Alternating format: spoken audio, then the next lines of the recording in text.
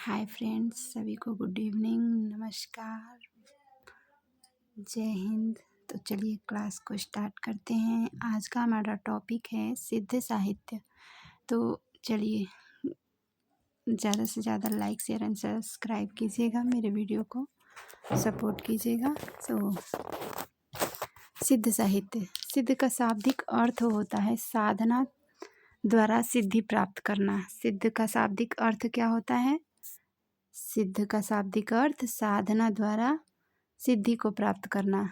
सिद्धों का उद्भव, तो सिद्धों का उद्भव कैसे हुआ? तो बौद्ध धर्म के हीनयान महायान से वज्रयान, उसके बाद सिद्ध, उसके बाद नाथ, तब नाथ के बाद संत।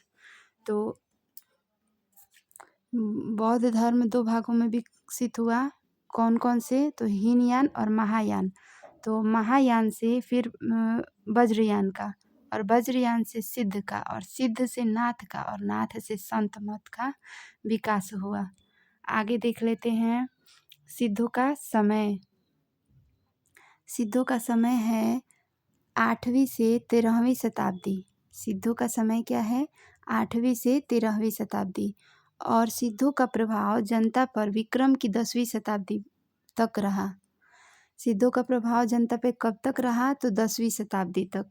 यह कथन किसका है? तो आचार्य रामचंद्र शुक्ल का है। अब देख लेते हैं सिद्धों के प्रमुख केंद्र। तो सिद्धों के प्रमुख केंद्र कौन कौन से थे? तो पूर्वी भारत में असम, उड़ीसा, नालंदा, तक्षशिला। मुस्लिम आक्रांताओं से त्रस्त होकर सिद्ध भोट देश भूटान चले गए। सिद्ध कहाँ चले गए? तो मुस्लिम आक्रांताओं से त्रस्त होकर भोट देश, जो कि भूटान में है, चले गए। आगे देख लेते हैं सिद्धों के संबंध में प्रमुख तथ्य को। तो सिद्धों के संबंध में प्रमुख तथ्य है कि सिद्धों के बारे में जानकारी सबसे पहले वर्ण रत्नाकर में मिलती है। अगर क्वेश्चन आ जाए कि सिद्धों की जानकारी सर्वप्रथम कहाँ मिलता है, तो वर्ण रत्नाकर में मिलता है। सिद्ध साहित्य का पता लगाने वाला प्रथम विद्वान हरप्रसाद शास्त्री है। सिद्ध साहित्य का पता लगाने वाले प्रथम विद्वान कौन है? तो हरप्रसाद शास्त्री। उन्होंने 1907 ईस्वी में नेपाल की राजकीय पुस्तकालय से सिद्धों की वाणियों की नकल छाया प्रति प्राप्त कर 1917 में उनको बौद्ध गान और दोहा के नाम से बंगला अक्षरों में प्रकाशित करवाया। ध्यान से देखिएगा कि सिद्ध साहित्य का पता लगाने वाले प्रथम विद्वान कौन है? तो हरप्रसाद शास्त्री हैं। उन्होंने कब पता लगाया? तो 1907 ईस्वी में नेपाल के राजकीय पुस्तकालय से क्या किया? तो सिद्धों की वाणियों की नकल, जिसे छाया प्रति भी कहते हैं, प्राप्त की। 1917 ईस्वी में उसको बौद्ध गान और दोहा के नाम से बंगला अक्षरों में प्रकाशित करवाया। प्राप्त कब किया? तो 1907 ईस्वी में। कहाँ से? तो नेपाल के राजकीय पुस्तकालय से। और सिद्धों की वाणियों की नकल छाया प्राप्त करके 1917 ईस्वी में बौद्ध गान और दोहा के नाम से बंगला अक्षर में प्रकाशित करवाया। किसने? तो हरप्रसाद शास्त्री ने। आई होप यहाँ तक आप लोग को समझ में आया होगा। आगे चलते हैं। सिद्धों पर शोध करने वाले प्रथम विद्वान बेंडल हैं। सिद्धों पर शोध करने वाले प्रथम विद्वान अगर पूछ ले तो बेंडल है।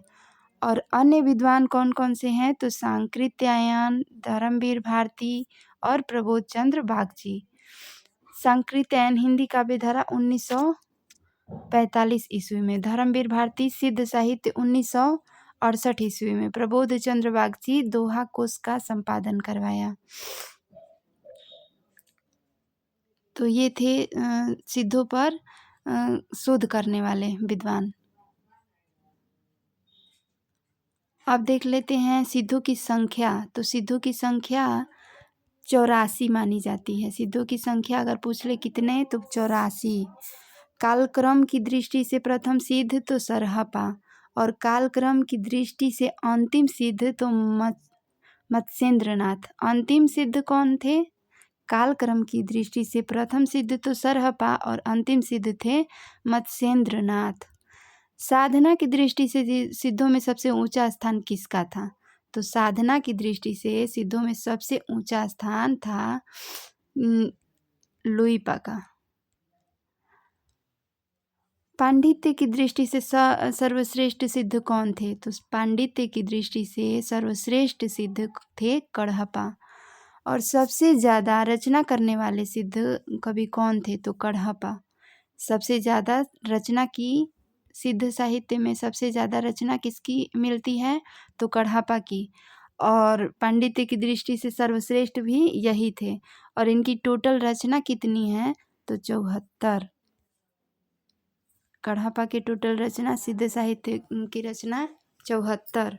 सिद्धों में महिलाओं और योगिनियों भैरवियों की संख्या अगर पूछ ले तो कितना बताना है? 4।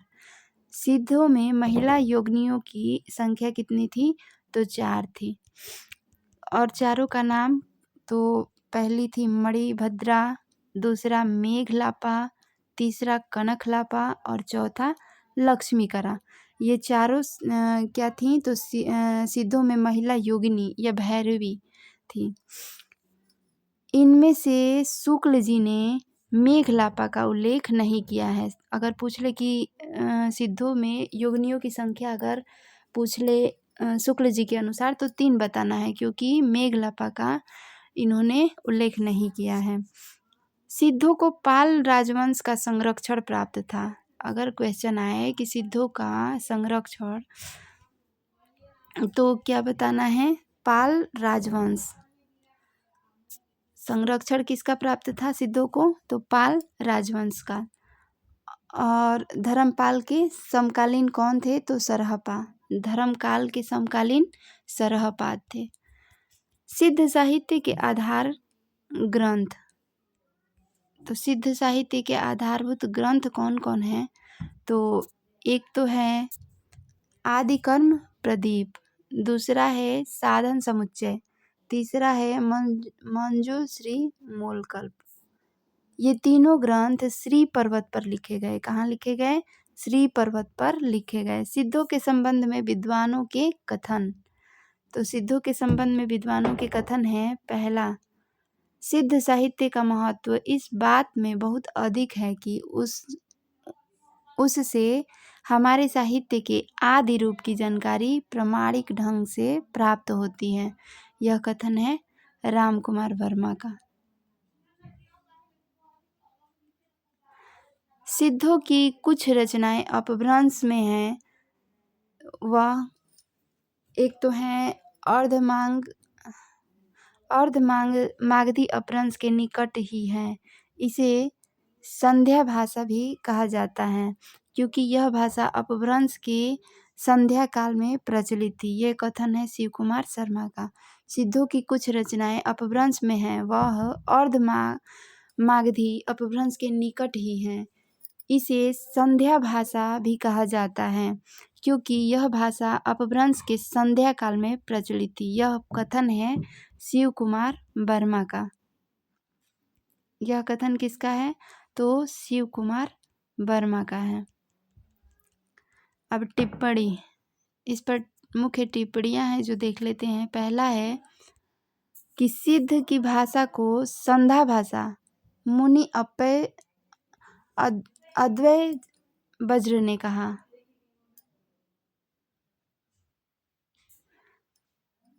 सिद्धों की भाषा को संध्या भाषा मुनि अद्वै वज्र सूरी ने कहा। अगर क्वेश्चन आए कि सिद्धों की भाषा को संध्या भाषा किसने कहा? तो अद्वै वज्र सूरी ने कहा। हरप्रसाद शास्त्री ने सिद्धों की भाषा को आलो अंधारी, अंधेरे में उजाला जिसका अर्थ होता है, कहा। अगर पूछ ले कि आलो अंधारी किसने कहा सिद्धों की भाषा को? तो हरप्रसाद शास्त्री ने कहा। तीसरा है कि जो जनता समकालीन नरेशों की स्वेच्छाचारिता, पराजय, पतन से त्रस्त होकर निराशावाद के गर्त में गिरी हुई थी, उनके लिए इन सिद्धों की वाणियों ने संजीवनी का कार्य किया, संजीवनी बूटी का कार्य किया। तो यह कथन है हजारी प्रसाद द्विवेदी का। तो इतना सब कुछ तो हम लोग को एग्जाम में याद रहने वाला है नहीं, तो क्या करेंगे, लास्ट वाला याद कर लेंगे कि संजीवनी बूटी का कार्य किया, और फर्स्ट वाला याद कर लेंगे कि जो जनता समकालीन नरेशों के स्वेच्छाचारिता और पराजय, और लास्ट वाला संजीवनी बूटी का कार्य किया। तो अगर ये कथन आ जाए सिद्धों के बारे में तो ये हजारी प्रसाद द्विवेदी का कथन है, बस इतना ध्यान रखना है। फिर देख लेते हैं चौथा है कि बौद्ध धर्म विकृत होकर वज्रयान संप्रदाय के रूप में देश के पूर्वी भागों में बहुत दिनों से चला आ रहा था। इन बौद्ध तांत्रिकों के बीच वामाचार अपनी चरम सीमा पर पहुंचा। ये बिहार से लेकर आसाम तक फैले थे और सिद्ध कहलाते थे। यह कथन है रामचंद्र शुक्ल का।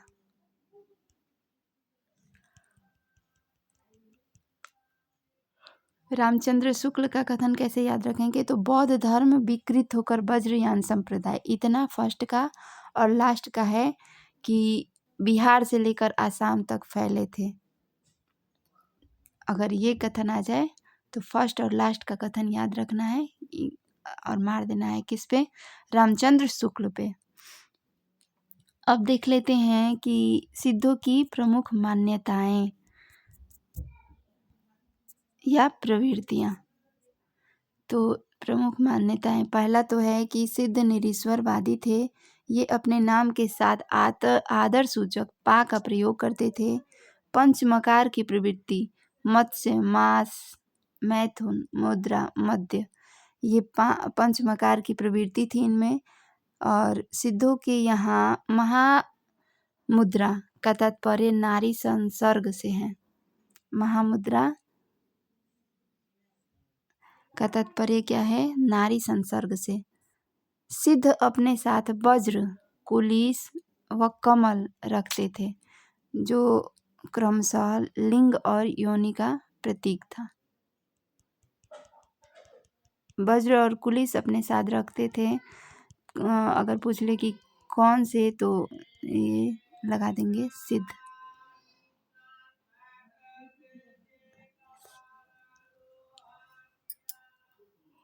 जन भाषा में अपनी वाणी का प्रचार करते थे। अपनी वाणी का प्रचार जन भाषा में करते थे ताकि सबके समझ में रहे। और चमत्कार प्रदर्शन की प्रवृत्ति थी इनमें। उलटवासियों का प्रयोग करते थे और गुरु की महत्ता व अनिवार्यता पर बल देते थे। बौद्धों की शून्यवाद संबंधी विचारधारा, शंकराचार्य के अद्वैतवाद एवं मायावाद का मार्ग भी सिद्धों में प्रशस्त किया था। सिद्धों ने प्रवृत्तियों के दमन को गलत बताया है।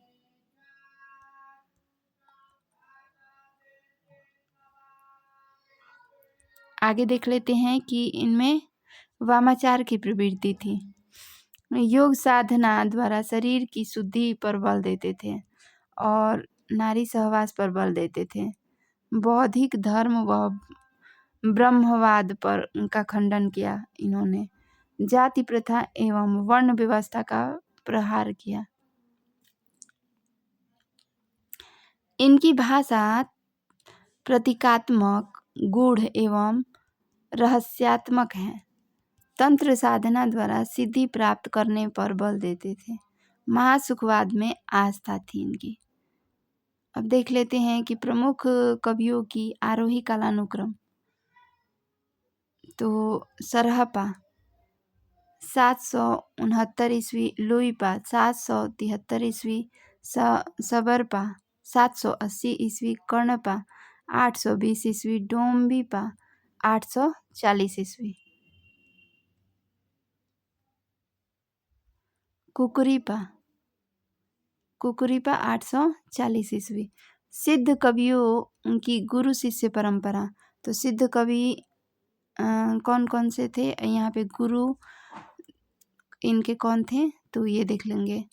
तो सिद्ध में सबरपा के गुरु थे सरहपा, और लुइपा के गुरु थे सबरपा। और कण्हपा के गुरु थे बीरूपा या जालंधरपा। और डोम्भिपा के गुरु थे बीरूपा। दारिकपा के गुरु थे लुइपा। डेंगीपा के गुरु थे डेंगीपा और दारिकपा के गुरु लुइपा। तिलोपा का गुरु थे विजयपा।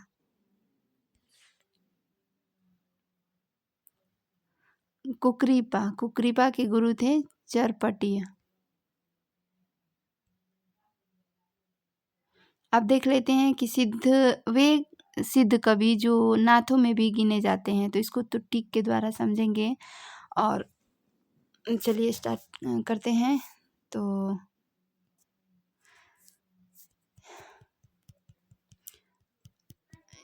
मत्स्येंद्रनाथ, जलंधरनाथ या जलंधरपा, ये नागार्जुन और चरपटनाथ, ये 4 ऐसे थे जो सिद्ध और नाथ दोनों में गिने जाते थे। तो इसका ट्रिक है मजा नाच गो। तो म से हो जाएगा मत्स्येंद्रनाथ, ज से हो जाएगा जलंधरपा, ना से हो जाएगा नागार्जुन, च से हो जाएगा चरपटनाथ, ग से हो जाएगा गोरखनाथ। तो ये वे कवि हैं जो सिद्ध एवं नाथ दोनों में गिने जाते हैं। अब देख लेते हैं कि प्रमुख सिद्ध कवि एवं उनकी रचनाएं। तो प्रमुख सिद्ध कवियों में पहले हैं सरहपा। तो सरहपा का समय है डॉक्टर विनय तोष भट्टाचार्य के अनुसार 690 ईस्वी। सरहपा का समय डॉक्टर विनय तोष भट्टाचार्य के अनुसार 690। डॉक्टर रामकुमार वर्मा के अनुसार 717 से 826 ईस्वी। राहुल सांकृत्यायन, तो राहुल सांकृत्यायन के अनुसार 769 ईस्वी से के लगभग, जो कि सर्वमान्य मत है। जाति ब्राह्मण, कार्य क्षेत्र नालंदा। सरहपा के अन्य नाम है राहुल भद्र, सरोज वज्र, पदम वज्र, सरोरु। सरहपा धर्मपाल 769 से 809 ईस्वी के समकालीन थे। राहुल सांकृत्यायन एवं डॉक्टर नगेंद्र इनको हिंदी का प्रथम कवि मानते थे।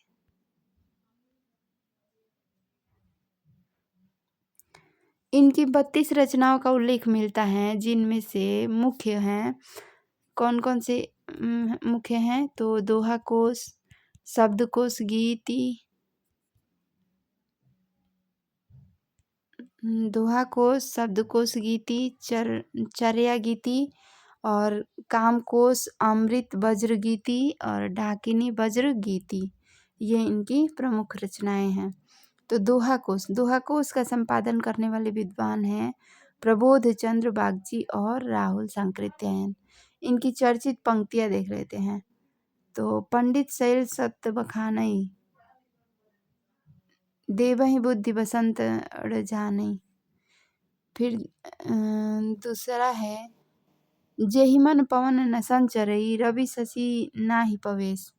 तीसरा है गुरु उपससे अम्यु रसु, धावई बा पियु जे।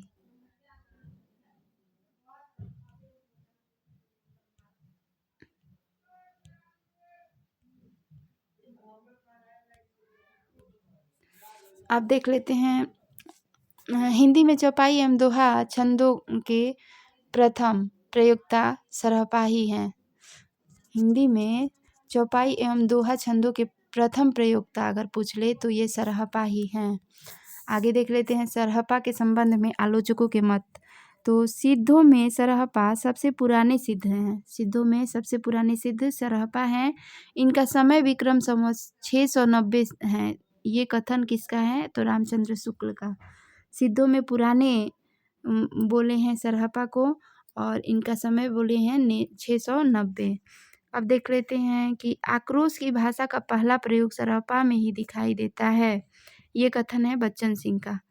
यह कथन किसका है? बच्चन सिंह का है। सरहपा दोहा-कोश के प्रथम प्रयोक्ता एवं हिंदी के प्रथम कवि हैं। ये कथन राहुल सांकृत्यायन का है। राहुल सांकृत्यायन ने सरहपा को प्रथम कवि माना है। चौपाई के प्रथम प्रयोक्ता एवं हिंदी के प्रथम कवि माना है सरहपा को सांकृत्यायन ने।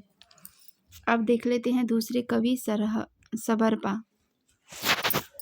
तो सबरपा का समय 780 ईस्वी के लगभग है। इनके गुरु सरहपा हैं और शिष्य लुइपा हैं। सबरपा के गुरु सरहपा और शिष्य लुइपा। इनका जन्म मगध के क्षत्रिय वंश में हुआ। सबरों जैसा जीवन व्यतीत करने के कारण सबरों के नाम से प्रसिद्ध हुए। इनका जन्म मगध के क्षत्रिय वंश में हुआ और सबरों जैसा जीवन व्यतीत कर रहे थे, इसलिए इनका नाम पड़ गया सबरपा। ये भी राजा धर्मपाल के समकालीन थे। ये विक्रमशिला विश्वविद्यालय के प्रधान आचार्य थे। कौन? तो सबरपा विक्रमशिला विश्वविद्यालय के प्रधान आचार्य थे। इनकी रचनाओं पे नजर डालते हैं। तो इनकी रचनाएं हैं, पहला है चर्यापद, दूसरा है महामुद्रा वज्रगीति और तीसरा है वज्रयोगिनी साधना, चौथा है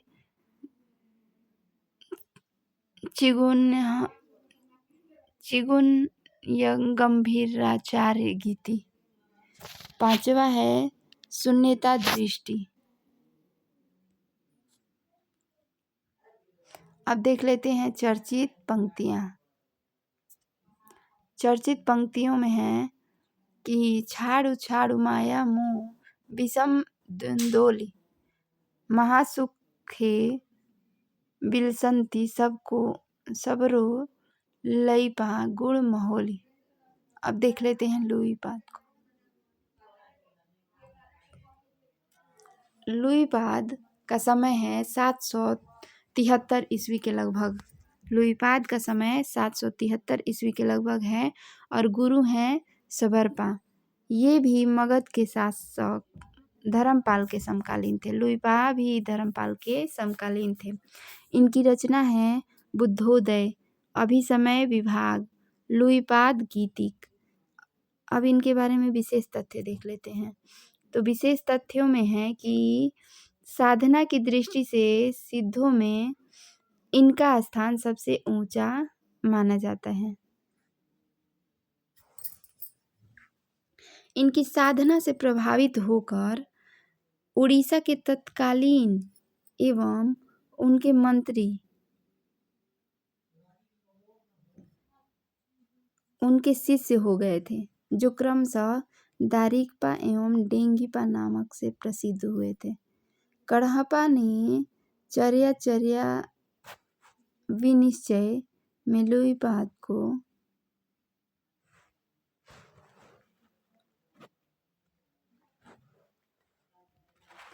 इनकी साधना से प्रभावित होकर उड़ीसा के तत्कालीन एवं उनके मंत्री इनके शिष्य हो गए थे, जो क्रमशः दारिकपा एवं डेंगीपा नाम से प्रसिद्ध हुए थे। आगे देख लेते हैं कड़हपा।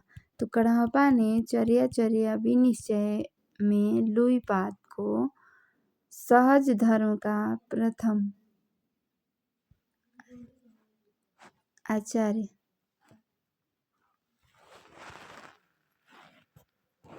कहा।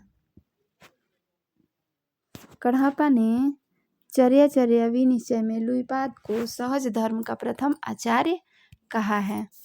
आगे देख लेते हैं चर्चित पंक्तियां। तो चर्चित पंक्तियों में है कावा तरवर पंच बिडाल चंचल चिव पैठई काल, दृढ़ करियु महासुख परिणाम लुई भंडई गुरु पुछई जाओ।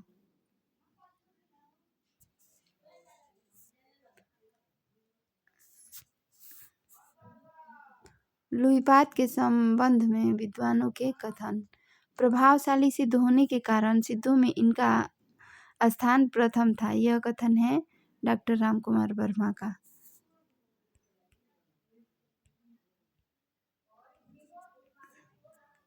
लुइपा सरहपा के शिष्य हैं एवं राजा धर्मपाल के लेखक। ये कथन है डॉक्टर रामकुमार वर्मा का। कढ़ापा, तो कढ़ापा को देख लेते हैं। तो कढ़ापा का समय 820 के लगभग है। इनका जन्म कर्नाटक के ब्राह्मण परिवार में हुआ था। इन्होंने बिहार के सोमपुरी नामक स्थान को अपना कार्यक्षेत्र बनाया। किसने? तो कढ़ापा ने बिहार के सोमपुरी नामक स्थान को अपना कार्यक्षेत्र बनाया। ये राजा देवपाल के समकालीन थे। किनके समकालीन थे कढ़ापा? तो राजा देवपाल के समकालीन थे। इनकी रचनाओं की संख्या 74 मानी जाती है। सिद्धों में सर्वाधिक इनकी रचनाओं की संख्या टोटल 74 मानी जाती है। मुख्य रचनाएं: चर्या चर्या विनिश्चय, कढ़ापाद गीति। अब देख लेते हैं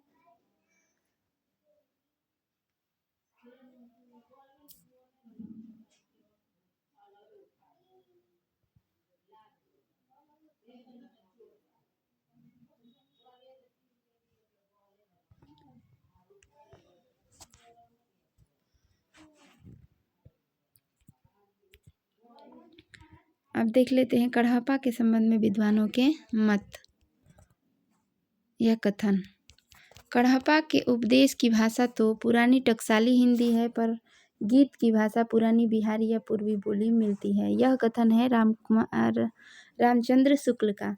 कढ़ापा कवित्व एवं पंडित्व में बेजोड़ हैं। यह कथन है राहुल सांकृत्यायन का। अब देख लेते हैं पांचवें कवि डोम्बिपा या डोम्बिपा को। तो डोम्बिपा का समय है 840 ईस्वी के आसपास और जन्म मगध के क्षत्रिय वंश में हुआ था। इनके गुरु हैं विधाना या बीरूपा, बीड़ापा या बीड़ूपा इनके गुरु का नाम है।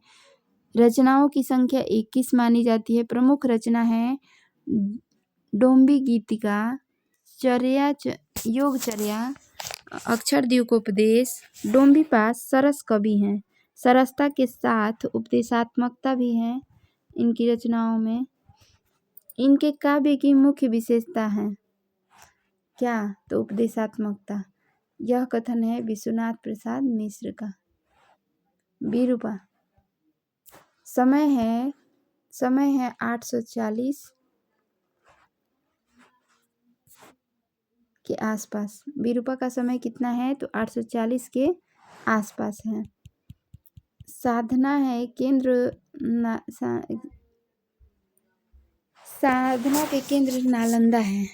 बीरूपा के साधना का केंद्र कहाँ है? तो नालंदा है। और रचना है योगसार। अब अन्य सिद्ध कवि एवं उनकी रचनाओं पे नजर डालते हैं। तो अन्य सिद्ध कवियों में कुकरीपा हैं। कुकरीपा के 2 रचनाएं योग भावनोपदेश और बोधिचर्या अवतार।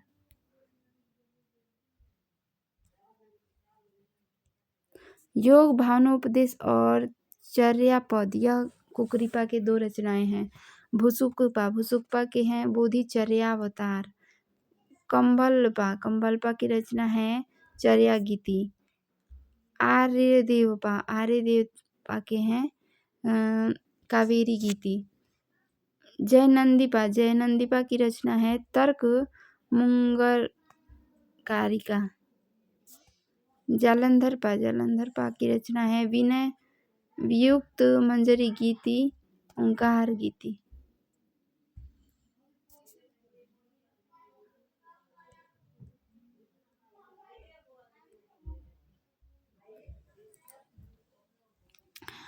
सातवें कवि हैं दारिकपा। तो दारिकपा